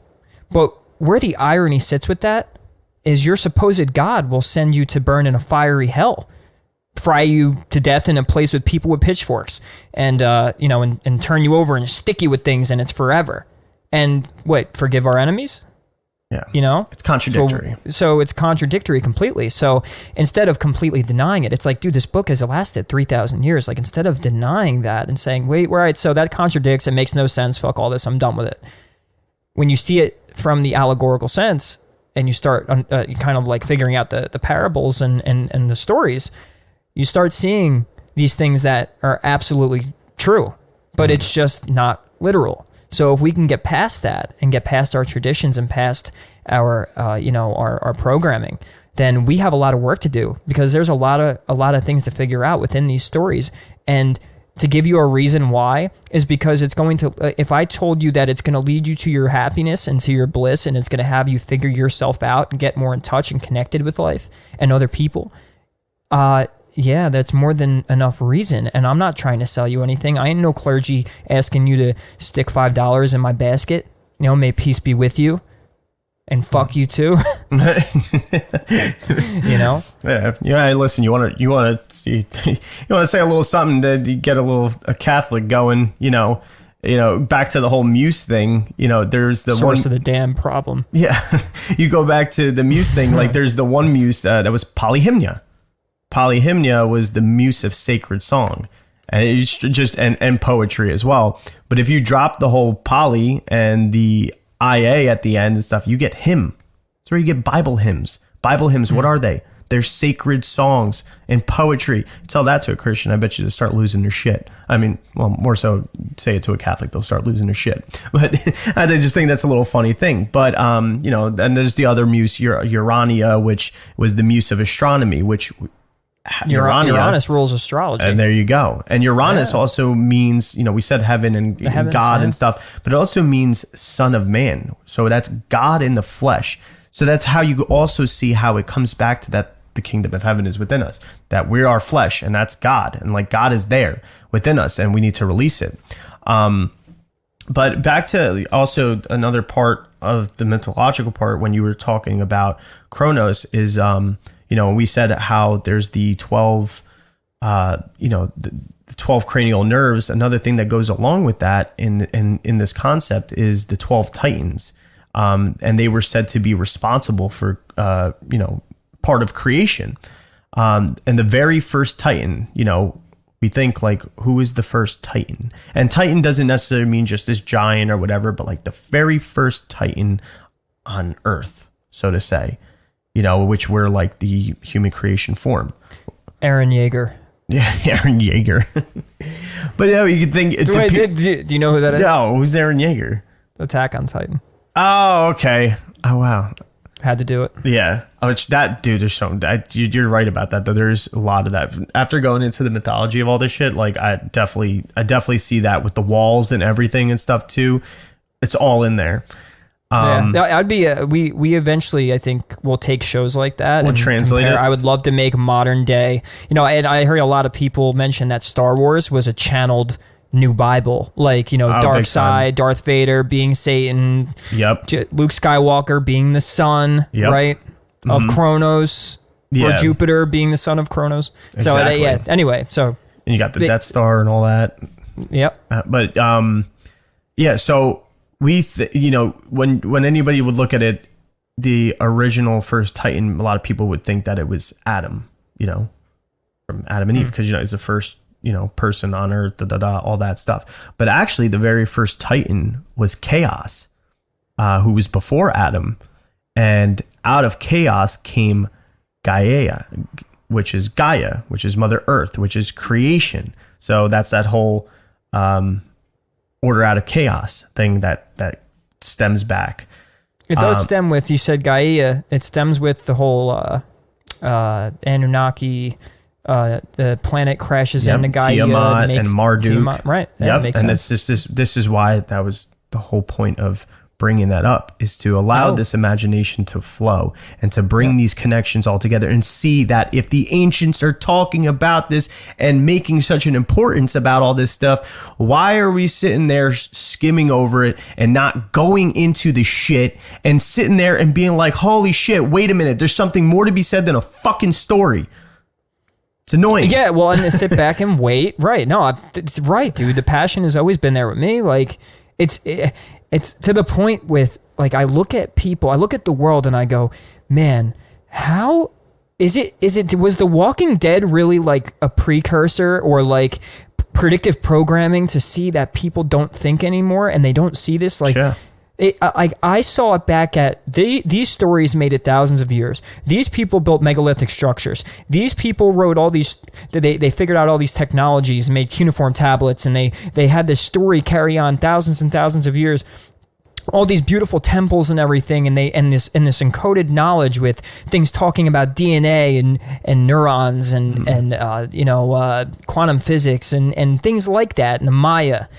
It's like, how ridiculous of a world do we live in where people don't realize what's important? Instead, it's like if Biden took a shit today, or if he like finished a sentence or whatever shade of orange Trump's hair is, and whatever dumb fucking meme and whatever dumb TikTok video we watch, and to completely be blind and allow us to be led like sheep. It's like, well, you know what? If they're depopulating the world, not to be graphic or anything, but maybe people fucking deserve it, and they deserve whatever it is they're getting. How about that? Whatever. Like, I won't be graphic, but like whatever it is coming to them, maybe they deserve it because you're being led like sheep. This stuff's important.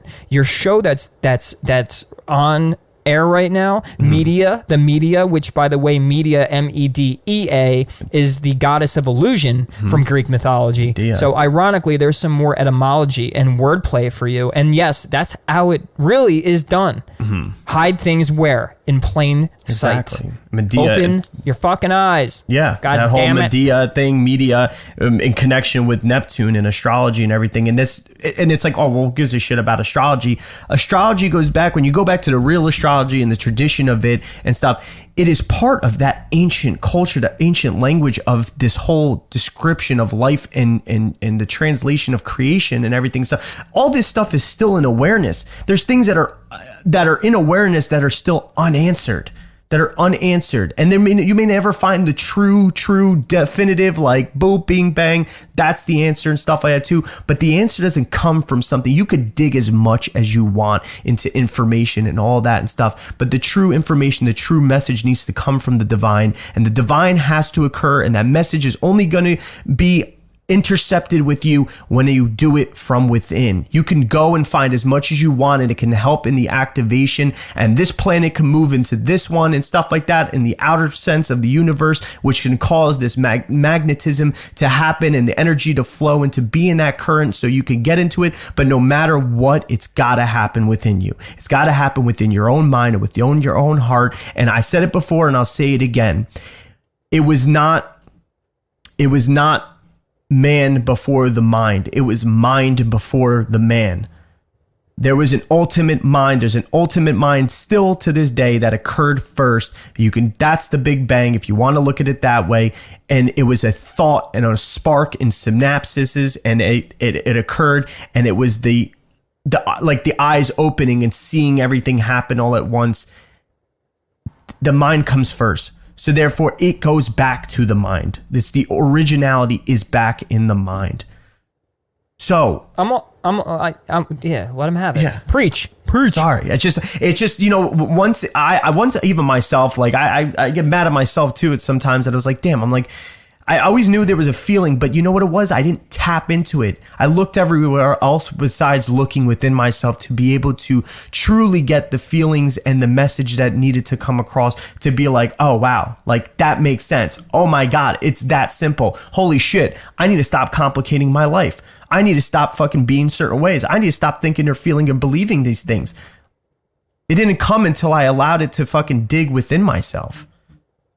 And I think people are good at overcomplicating things, but also it's like, if you just really simplify, like when it comes down to it, it's not as difficult to say, hey, everything I learned might be wrong, so let me just learn. Like, I don't give a shit if you don't have the time. If you don't have the time, then you don't have the time for real life. Like, you just are hypnotized and playing along with the system. Like, this is real life. Learning about the body, learning about our ancient cultures, learning about where we came from. I don't even care about saying this right now, but even the shape of the earth, like, I'm fucking sick of because I sit in the middle of this. And I'm still learning. We had David Weiss on the show. We're going to have Santos on my birthday on the 26th. Yep. And they're flat earth people. And the thing is having that on my channel and then being kind of like harassed a little bit because we have flat earth people. It's like, hey, yo, dude, you don't know if it's a globe. You don't know. You get all your information from websites and videos, just like, say, the flat earth people do. All these global people, like, it's like in the same thing I watch with politics. It's like they pick a color. Just like in this, for instance, they've picked a shape, right? And both sides have great arguments. And instead of constantly going against each other, and you know what? I'll speak for both politics and this, and many other topics, whether if you want to believe astrology or not, religion or not, flat earth, ground earth, red or blue, red pill, blue pill, whatever the fuck color you want to choose, who gives a shit? The problem is people are so obsessed with their ideals and their side, and I watch people insult each other for trying to learn. Dude, I'll tell you right now, you know jack shit. I don't give a shit where you got your information, just like we do. You learn, you research. And here's my whole thing with that, by the way, too, because I know a lot of people that just like to do it for the sake of debate and also to take out their anger on other people. So they enter debates so they could be an absolute fucking cocksucker to the other person. And that's what I see, like people acting like fucking children. They want the debate because it's not about the topic. And it's projecting of their own traumas and shit. Yeah, but the thing is like if you're, let's say we're taking the concept of the law of attraction, like you are what you attract what you are and all that. It goes down to even the information you receive. If the universe works, which it does, and I know this because I have plenty of people that have lived this point where people didn't believe that we attract things, right? But we do. We attract things into our life. Well, if your intention that you've set is, I just want to debate and fuck somebody up, well, then that's what you're going to attract, and that's what you're going to do, and that's going to be the outcome, and it leads to nothing. It's a selfish act to want to enter into anything that we're trying to learn about, to just insult or act like you are some superior over the other person, when yet why don't you ask the universe for truth? And if you think you have the truth already, you're ignorant, you're stupid, and you don't even deserve to be within the debate. Yeah. To be honest with you, I'm fed up with, because it's everywhere I look now. Like even the topics I've learned to enjoy and love, there's people within that topic that are being like immature and they insult over the other person or like attempting, and it's like, shut the fuck up, dude. Like you are a child if you act like that. I'm calling you out right now. Just like the people in politics, we have grown ass motherfuckers 50 60 years old acting like they're 10 years old over, well, I like this guy and I picked my fucking team is gonna win. Grow up. You know, open your minds. Yeah, it's those people in the lower realms of their minds, in the lower realms of just their energy and everything. It's that those same people, it's like they want to do those things and have those debates just to feed the ego and to feed into their narcissism as well, and to potentially try to like be right and to claim dominance over somebody and stuff like that. Like, guess what? That's a hole you're in, okay? And that's a hole with an H. You know what's funny? This actually goes back to even what David Palmer was saying and stuff. That's hole with an H. And you can't sit there and get yourself out of that hole. You're going to stay in that hole. You can't get yourself out by keep digging that hole. You got to make yourself whole. You got to fill that hole.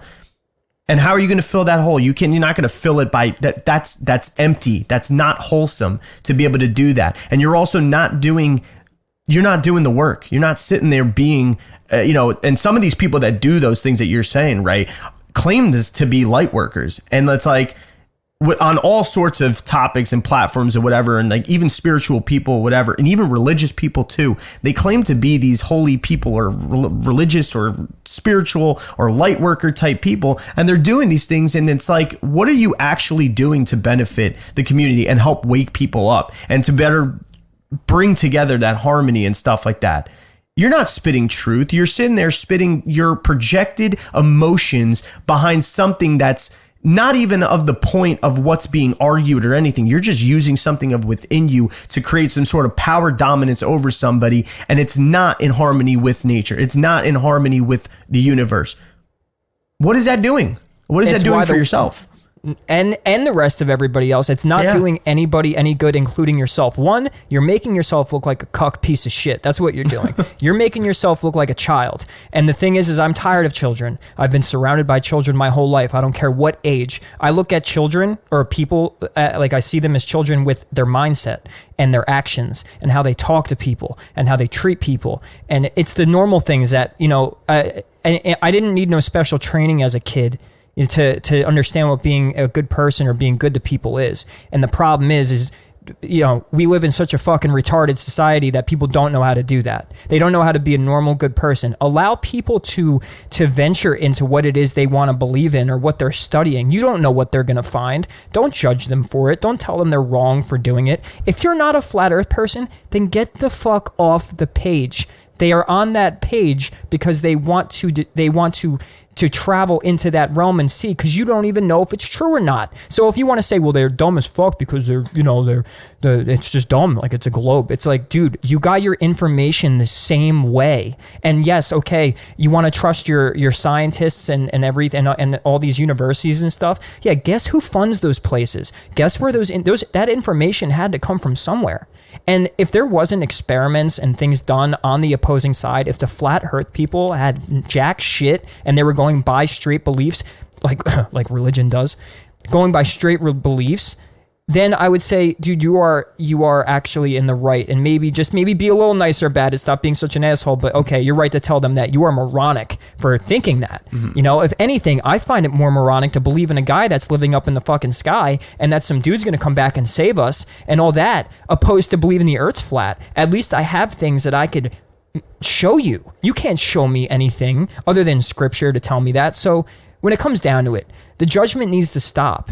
And I'm absolutely personally fed up with it and watching people be that way when they're dumb, like they're stupid. Mm-hmm. And what I mean by that is they have the potential to be smart. I'm not saying that they're inept or innate and able to become a smart person, mm-hmm. but dude, if you act like that, if you act like a child and you're over, say, 18, to me, you are a childish moron and you need to grow up. Yeah, they're intellectually and spiritually depriving themselves. I mean, that's the joke nicer about way to put it. Yeah, that's the joke about it in the end. But you know what's funny about a lot of those trolls that do that type of thing? A lot of those people are the same ones that'll sit there and be like, oh, the deception of this, the deception of this group or government and stuff like that. Meanwhile, they miss the fact that, hey, guess what, buddy? The same resources that you're using as your information, say something like flat earth, to combat the flat earthers and stuff like that, the same people are dictating that. The same globalist elites are dictating how that works and stuff. And you want to sit there and you don't want to get the whole side of it and be like, oh, well, guess what? It's all in connection. No, you're just going to sit there and be like, oh, well, I found this because it's something that I believe, first of all, whether it's the globe or something like that, and like, hey, whatever. So, and that's not to say that we're flat earthers or be like whatever stuff like that. Me personally, I'm just not convinced that we really know what it is. There's too much on both sides. If anything, too much on both sides. And guess what? It's something that we may know, we may never know. Who the fuck cares? It's the fact of going into it and looking at this perspective and being curious and being able to sit there with the information and also to be connected to the divine and realize that there's so much possibility that you can actually gain an intuition and an awareness of that, and to better connect with what actually is. Whether you know what it is or not, you can still connect to it though. On an intuitive spiritual level, you could still connect to it and you could still live by it without even realizing that you're living by it. The same way you don't even realize how you live in your toxicity a lot of the times. Yeah. So it goes about that point. So quit the fucking trolling. Let people think. We need more thinkers. We need more people being out there to sit there and raise each other up and encourage each other to think and to be able to question the systems that suppress us and have indoctrinated us, so that we can get back into what we really need to be and to gain back that fucking memory of the divine and what's truly within us. Yeah. Yeah, I mean, and look at the state of the world. So if you look at everything right now, with, say, what the government's doing, what's happening with these warlike, occurrences going on in Israel and all of this stuff, and with the laundry list of all the bullshit. Now, if you could look at the world and not question it and be happy with it and just put on your mask and wipe your ass with the 100 rolls of toilet paper that you bought and, light yourself on fire with the 100 gallons of gas you probably just bought too, because you probably deserve to do that. Well, fine. Then you could be that. But you know what? At the same time, one, get off this podcast. Two, go be there. Go be that somewhere else. And don't listen to this, because you're not going to like what I'm going to say, because I don't like what you people say. And when I say you people, I thoroughly and really truly mean it's the people that actually judge and kind of like instigate a problem with other people for thinking a certain way or being a certain way or doing certain things. If you disagree with something, just go away. Go believe what you want to believe somewhere else. That's what I mean by get off of this then. If you have a problem, this isn't made for debate. This is our perspective, and you can respect it. You can take something from it. You can take nothing from it. We could be the cucks to you. Fine. Whatever. I don't care. And that's how it should be. But there's no war that needs to be done. We just need people to explore. The world is not in a great state right now, and an awakening is happening. And we have to allow people to think and explore in new directions. Or we could just stay where we're at with the face diapers and the toilet paper and the gas and the lighting each other on fire with stupid fucking insults. And that's it, you know?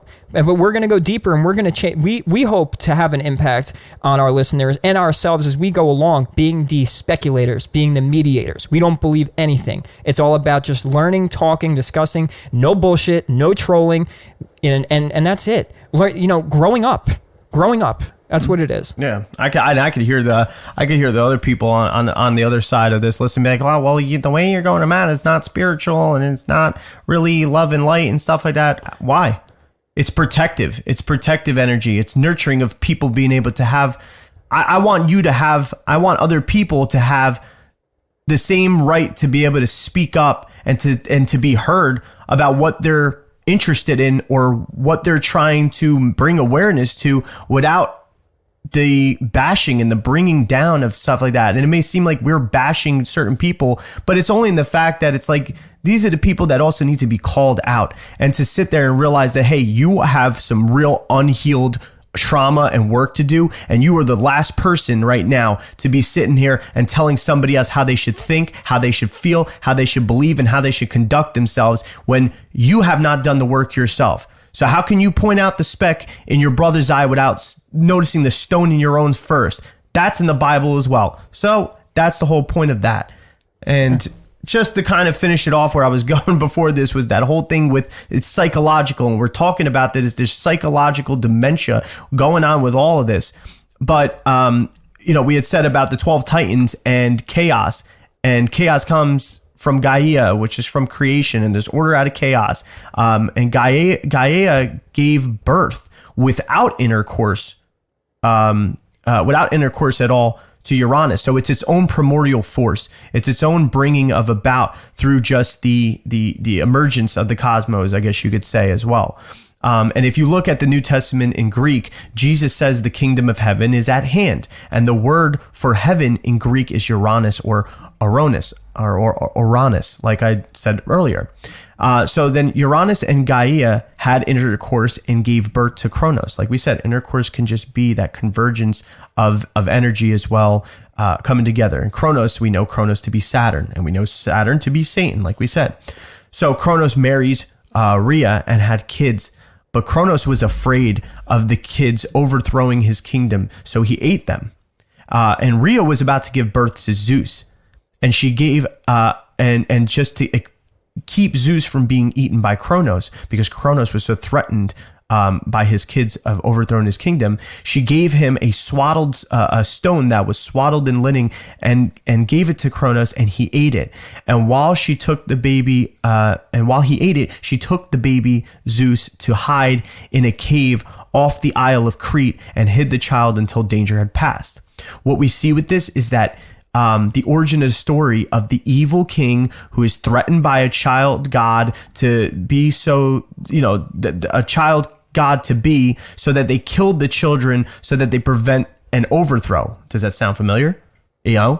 We see that in all sorts of things. For example, you see it with Moses, how baby Moses comes about, and there's talks about, people to free the slaves, and they go and kill every firstborn child. And, Moses is hidden in Egypt. Same thing with Mary and Joseph, with fleeing Jerusalem because King Herod wanted to kill every male child because the prophecy of the Messiah coming and being told by the Magi. And then in the Bhagavad Gita, you have the mother Devaki and her baby, and the wicked king Kamsa was afraid of being dethroned, so he killed the children. So they took the child out across the ice floes to hide from the danger, and the child was Hare Krishna.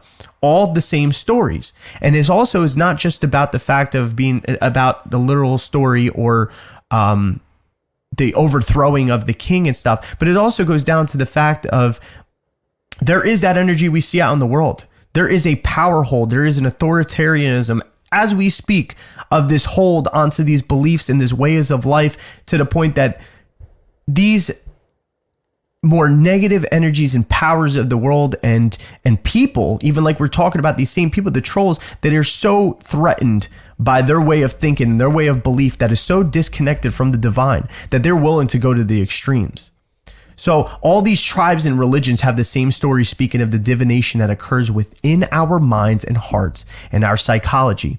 It always goes about saying how these children go to overthrow these wicked kings.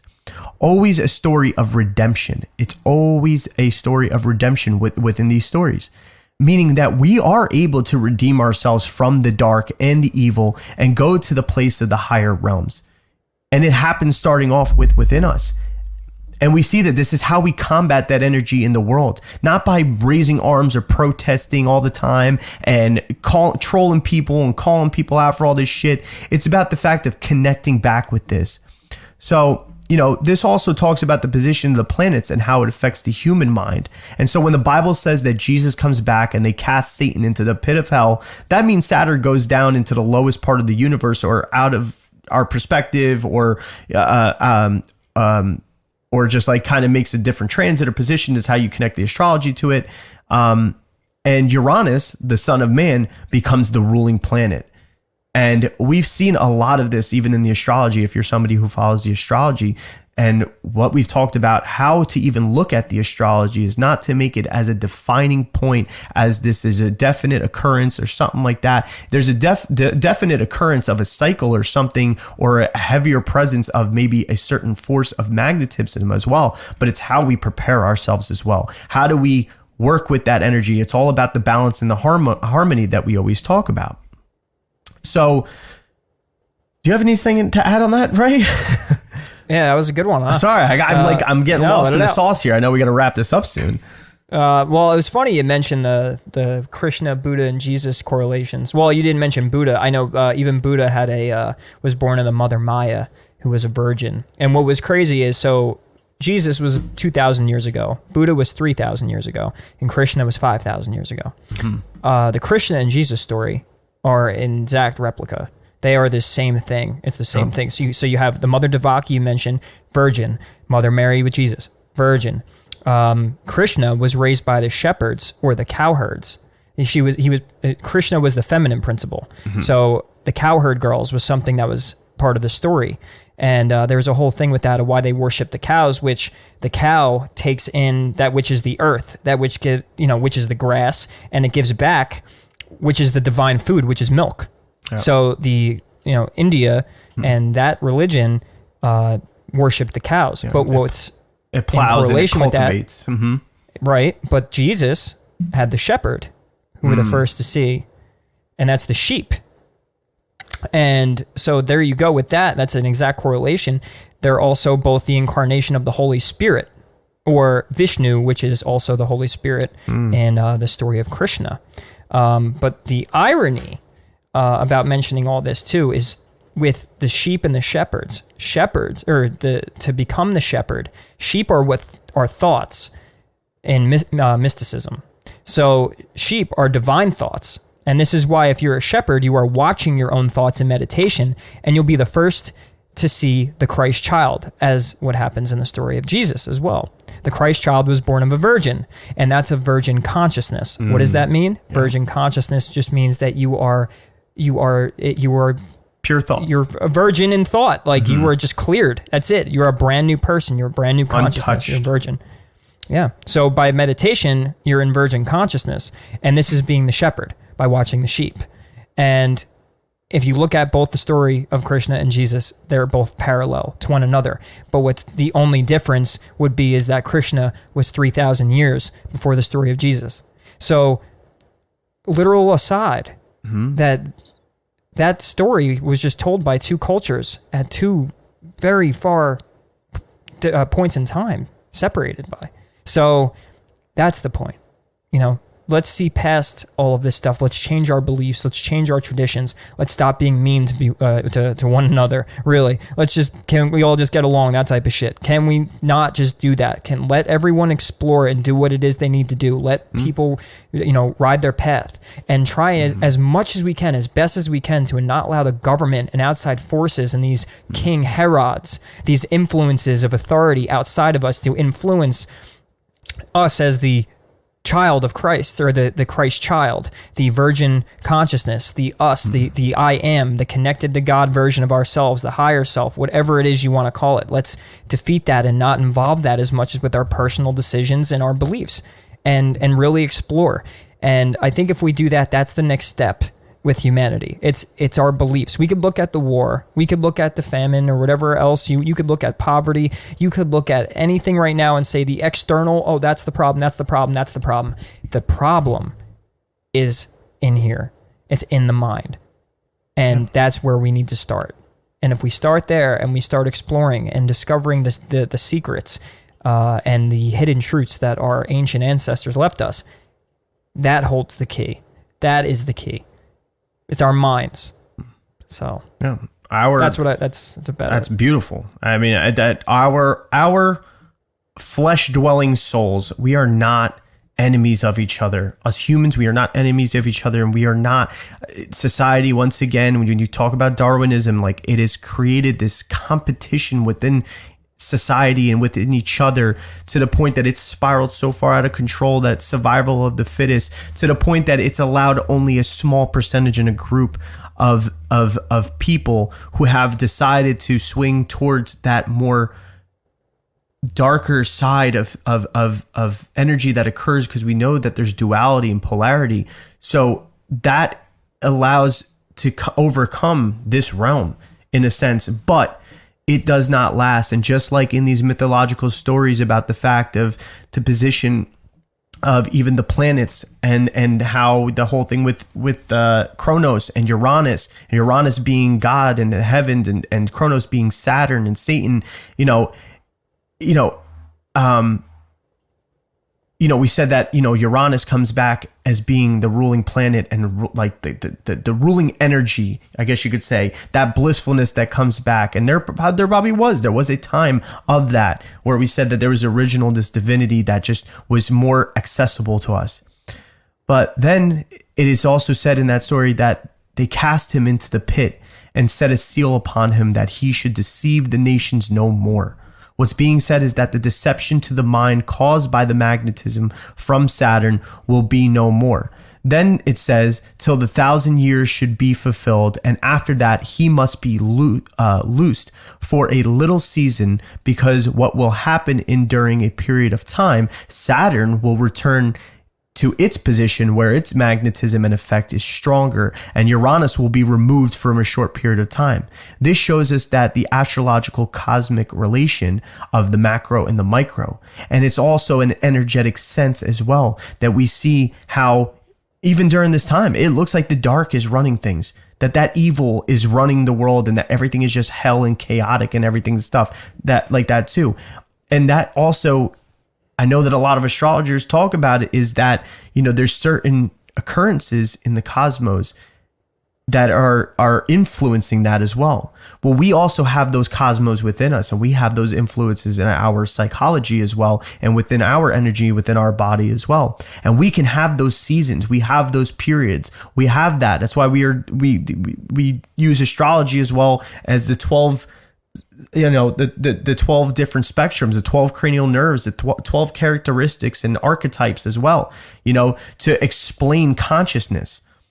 But in Revelations 22, it said that he laid hold the dragon, that serpent which is the devil, and bound him for 1,000 years and threw him in the pit. It shows the same story of Zeus coming back and making him throw up the children he ate along with the stone, which the stone was brought back to the oracle of Delphi, which is the fornix of the brain. Zeus and his 5 brothers waged war on Kronos. So, and the 5 brothers were the Cyclopses. So, and they were when Zeus and the Hectontries, I can't say the word, which it literally means the 100-handed giants, who, like I said, were the Cyclopses, who gave Zeus his thunderbolt, which defeated Kronos, and Zeus reigned the cosmos. So when you're looking at that, the Cyclops and everything, which gave the thunderbolt, it's that when we're looking at Cyclops connects to the word kuklos in Greek, which also means wheel or circles. And ops is the eye, or also it could be the word klops in Greece, which is wheel thief. So we can see it also as the Cyclops, as the chakra wheel of the third eye. And it's also the keepers of the third eye chakra wheel. So it is within the single eye that is given the thunderbolt, which is given that energy, which is given that ignition that is turned on. And we know that's the pineal gland and the pituitary gland to turn that on, to bring us back to that state of where we need to be in order to get back into that connection that we're talking about with the divine. There was also, it's kind of funny when speaking of Cyclops, is there also is that supernova in 1987. And it happened with a certain Uranus transit and a shift. And it kind of just shows, and when you look at it, it looks like the Cyclops. It looks like the single eye, and it's back with Uranus. And the shift came about in this cyclical way, along with the Saturn-Jupiter aspects that we even saw last year, and even the ones that we're seeing this year too.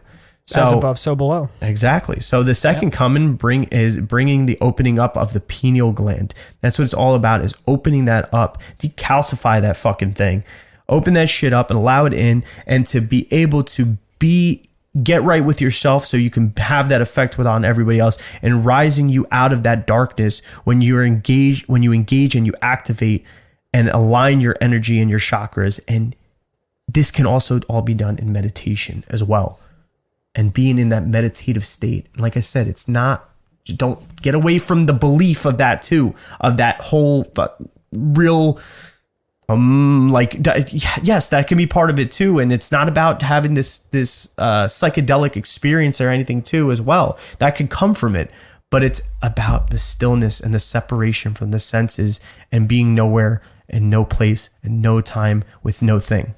Be in the middle. Don't get lost in the symbols, and don't get lost in the logic. That's what he's saying. Meaning, so don't get lost up in the airy-fairy woo-woo nonsense of, I'm awakening and Om and chakras and this and that. Like, do the yoga, do the meditation, have tantric sex, do all the things that are going to raise the energy, apply the logic to the symbols.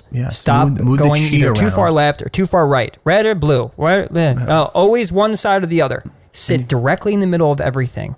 And that is the void.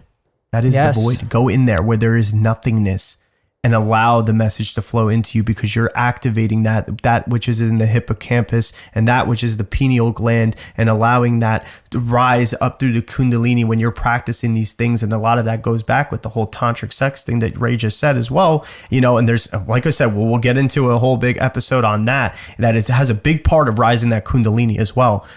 But this is the start of it. This is where it is. This is how to better look at these things of which been passed down, and that we still are debating over and talking about more so now. I mean, it is great to see that more people are talking about these things, and this subject has come up more and people are in tune to it, but that just goes with it. It is that time. It is that energy. It is that magnetism that is coming into it. It's our awareness. It is that waking up. And this is the light work that needs to be done, if you want to put it in that sense of light work, is to bring that and allow people to discuss it, allow people to talk about it, so that it can better be experienced across all of society and all humans. And we need that, because we need that frequency and that resonance to happen, and to create this torus field of all these connected heart fields, so that we can cast Kronos, Satan, Saturn back down into the underworld, and seal the seals, and raise ourselves up, and bring Uranus, the heaven within us, back into fruition. And on that note, well, thank you all for joining us again. Really appreciate it. It's going to be a lot more on this as well. As always, don't forget, join us and on our Facebook, Instagram, Twitter as well. Make sure you follow and subscribe, share it, leave a review. We want to hear what you think. We want to hear where you're coming into with this as well, where you're at. And of course, the Patreon's up as well, patreon.com/Daily Transcendence. If you want to support the show, we're looking to do more stuff and bring a lot more into works for you guys and to give you guys exclusive access as well, and really just step up our game and to bring this, and to also create that imagery for you guys as well, and to better connect and build this open platform of communication between everybody so that nobody's silenced, that all ideas can flow so that we can be in harmony. So, if you feel called to, you could always donate and stuff and just stick with us, and we'll get that going for you. So on that note, everybody, y'all take care. Until next time.